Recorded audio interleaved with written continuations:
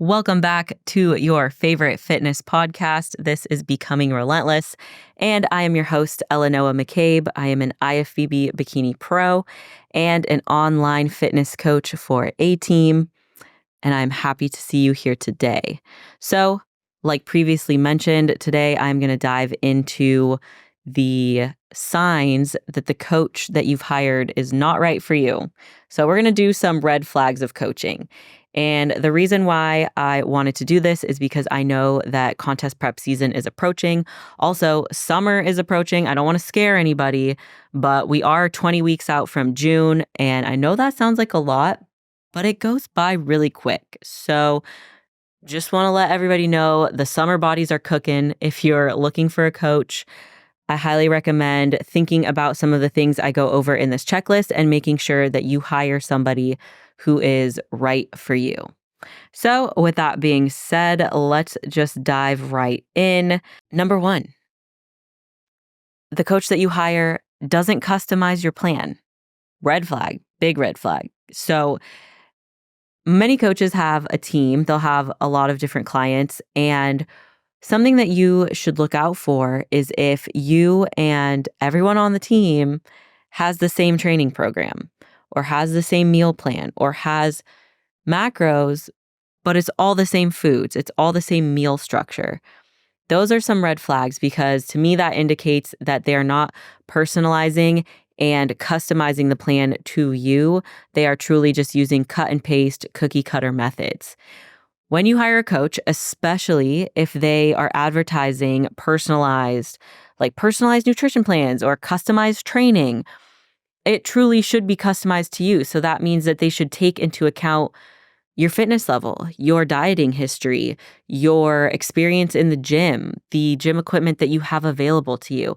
These should all be questions that they're asking you, as well as your daily schedule. Like if they're giving you a meal plan with 5 meals in a day, but you said that you could only eat 3 meals a day, it doesn't really make a lot of sense, right?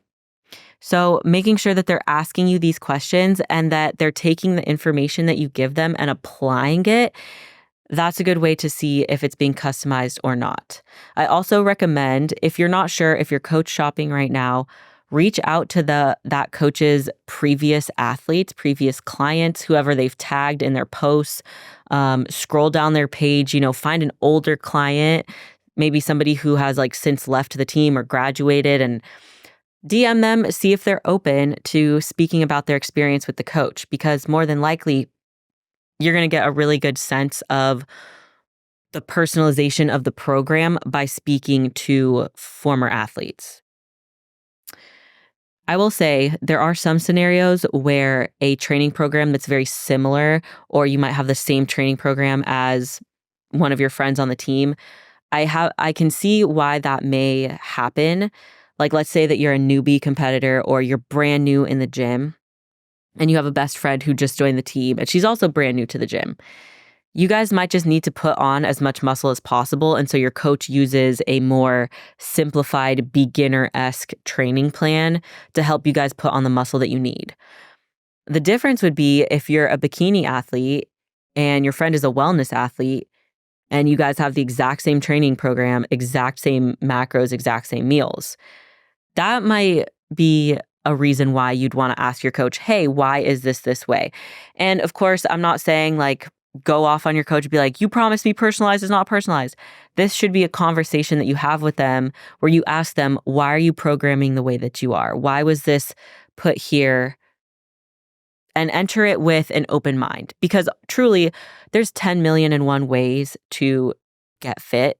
And so your coach might have the method that they prefer to use that works best for them, but just having that door of communication open is really important. And so that leads me into red flag number 2 is poor communication. So I believe a great coach should be responsive. They should be welcoming to any questions, and they should be open to any feedback, especially within their programming.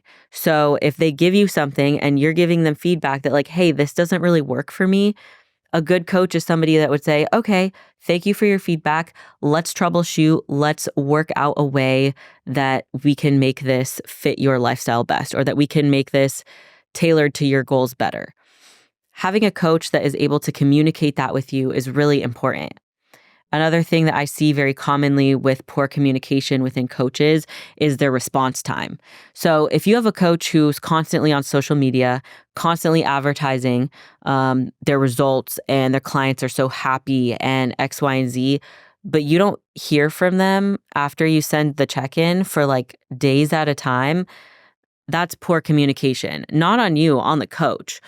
You are hiring a coach for a service, and if they are unable to provide that service, that's something that needs to be discussed. So if somebody tells you, for example, I tell my athletes, you will always get a same day response for check-ins, same day. So if you check in on a Monday, you will get a response on Monday. I can't guarantee that it will be right after you send the check-in. I can't guarantee that it will be within an hour or two, but I can guarantee that you will get a response same day. The only day that personally I take off is Sundays, and so my athletes know that. But again, it comes down to communication. And sometimes there's poor communication between a coach and an athlete, and it just goes unchecked. And this came up earlier for me, was I was on a call with an athlete with another coach, and they were expressing their frustration because they send their check-ins in on a Tuesday. And sometimes they don't get an answer until Thursday or Friday. And by then, any changes that they've implemented, you only have 3 days to make those changes until your next set of check-ins. So to me, you're losing a whole half a week, a whole potential for progress because your coach is unable to respond. So if you hired a coach and you've just been feeling like the communication's not there, maybe you feel scared to reach out because you feel like a burden or you feel like you're bothering them. That is a huge sign of poor communication. You hired your coach to help you achieve your goals. You hired your coach. Essentially, they work for you. So their job is because of you. And so you should never be afraid to go to them and ask questions or discuss things that are working and not working. So I would just say, as a huge red flag, watch out for those coaches that overpromise and underdeliver, especially in terms of communication. This is kind of in a similar vein. So red flag number 3, using emotional pain points and emotional draws to overhype their results. So if you found a coach on Instagram, maybe they're an influencer disguised as a coach, we don't know. Maybe they're posting things like lose 10 pounds in 10 months or lose 10 pounds in 10 days. Realistically, 10 pounds in 10 months, that's an interesting one as well, but we'll save that for another time. Or maybe they're saying stuff like get a flat stomach by not eating salads. And they have these really specific, prickly feeling messages that they grab your attention, but they leave you feeling icky afterwards. You're like, I don't like the way that that's being communicated. It just seems like a lot. This is a really common marketing tactic that I see within coaches. And I just want to clarify, there's a difference between using emotional appeal and then emotionally attacking people. So being able to logically look at a coach's post, a coach's social media, and kind of gleaning for yourself, are they overselling? Are they overselling their abilities and their results? Are they overpromising? So it's kind of like what I said before. Are they overpromising results and then underdelivering? And one way that you can see if that is the case here is looking at how they discuss their athletes and how they talk about athletes that maybe quote unquote failed.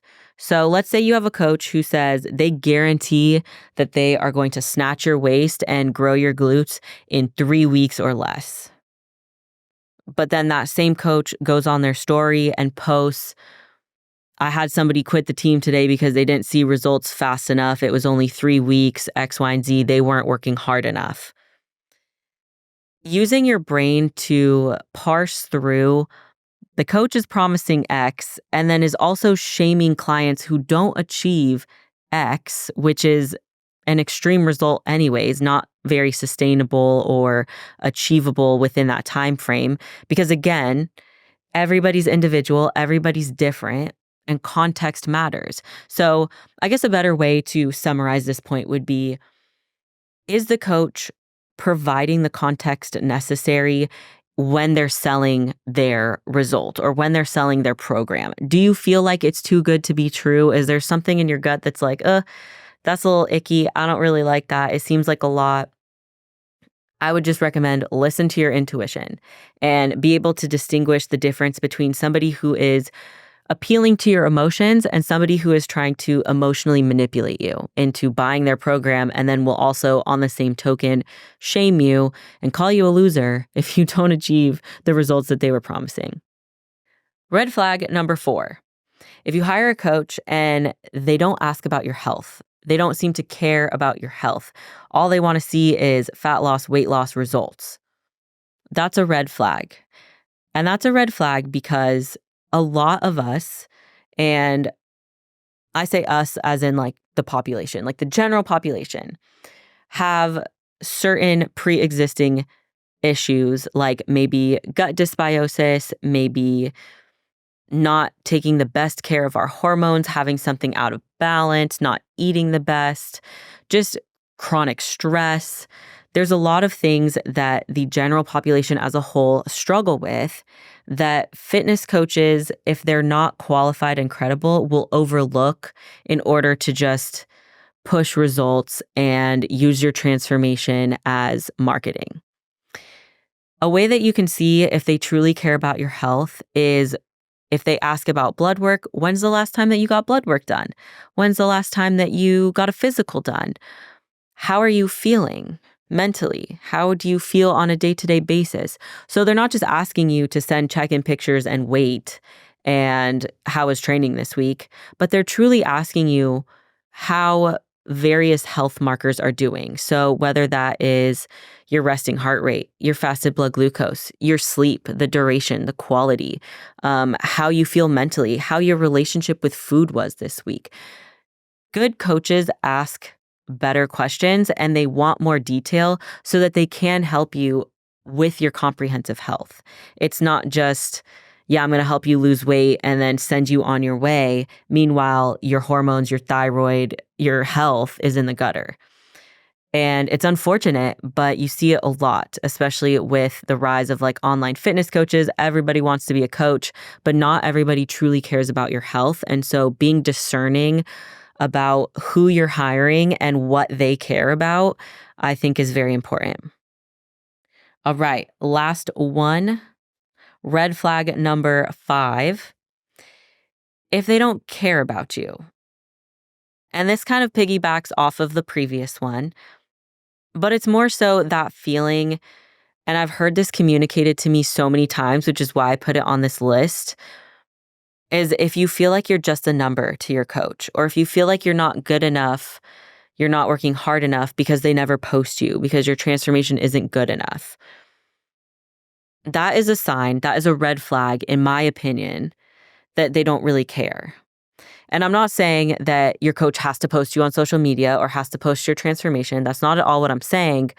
But if you notice that they only post the same like 3 or 4 athletes over and over and over again, you kind of have to wonder, what about the rest? What about the other clients? Are they seeing success? What are their results? And is it more than just physical? So does this coach actually care about you, asking questions about you as a human being, or are they only caring about what you can do for them? And I know it's really difficult because, you could hop on a call with a coach and you could feel like they're really listening. But as you get going with their coaching style week over week, you'll start to pick up whether or not they do truly care about you. And that could be even as simple as them asking, like on a random day, how are you? How are you doing mentally? How's your stress? Or they remember like you communicated that, yeah, 2 weeks from now, I have a big work project due. And they ask about it. How's that work project? Being a coach, in my opinion, means caring about the individual as a human being. They're not just somebody who I'm going to help achieve their fitness goal. As my athlete, I'm going to help you achieve anything that you want. not just fitness related. And I care about you as a whole complex individual human being, not just a number.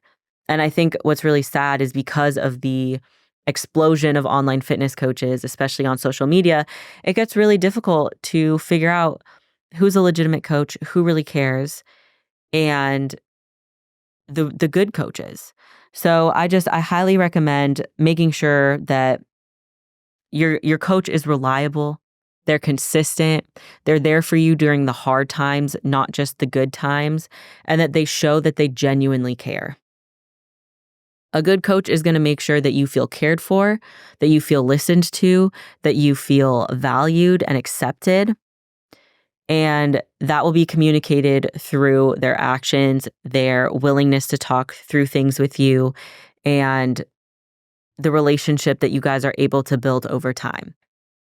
So just make sure that if you do hire a coach, you're not just hiring somebody who's going to throw your pick up and say, yes, slay, or proud of you. Somebody who truly cares about you as a human being and values having your presence on their team.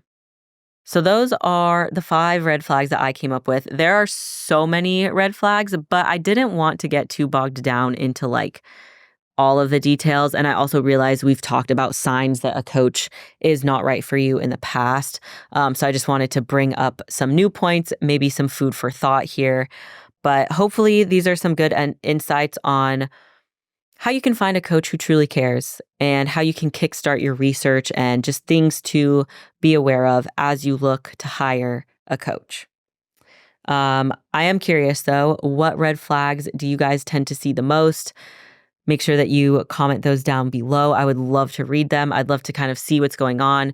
Be respectful, no name dropping, but I would just be curious to see what are the prominent red flags that we're seeing within the coaching industry, coaching space, and what can we do as a community to help bring awareness and fight against seeing that just proliferate.